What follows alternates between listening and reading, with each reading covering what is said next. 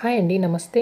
ఈరోజు వీడియోలో బోటి ఫ్రైని సింపుల్ వేలో ఎలా చేసుకోవాలో మీకు ఈ వీడియోలో చూపిస్తా అండి. బోటి ఫ్రై అలాగే బోటి కర్రీని చాలామంది స్మెల్ వస్తుందని తినడానికి ఇష్టపడరు.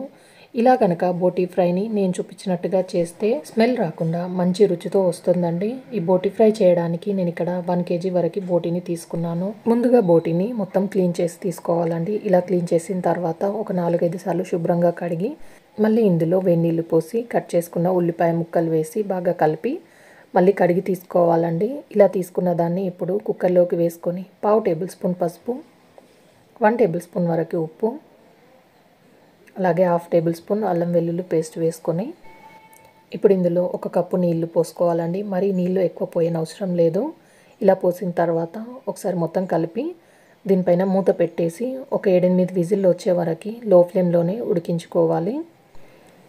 ఇలా ముందుగా ఒక 7-8 విజిల్లు వచ్చే వరకు ఉడికించుకుంటే మనం ఫ్రై చేసేటప్పుడు తొందరగానే ఉడికిపోతుందండి. చూడండి, ఇక్కడ 7-8 విజిల్ల తర్వాత మీకు చూపిస్తున్నాను.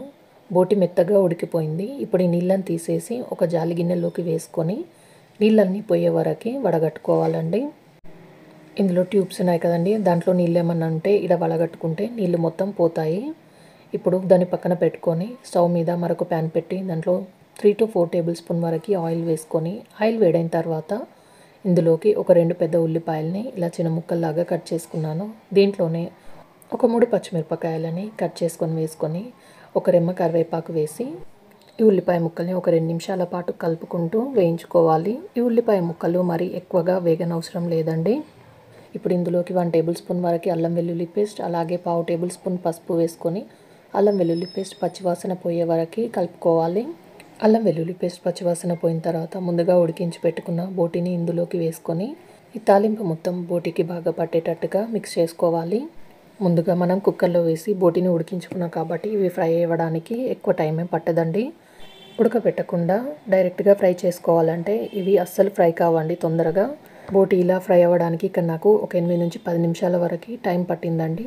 ఇలా బోటి బాగా వేగిన తర్వాతనే మంటని లో ఫ్లేమ్లో పెట్టుకొని రుచికి సరిపడా ఉప్పు అలాగే మీరు తినే కారాన్ని బట్టి కారం వేసుకోండి. 1 టేబుల్ స్పూన్ ధనియాల పొడి, 1/2 టేబుల్ స్పూన్ వరకు గరం మసాలా వేసి ఈ ఉప్పు కారం ధనియాల పొడి అన్నీ బోటికి బాగా పట్టేటట్టుగా మిక్స్ చేసుకోవాలి.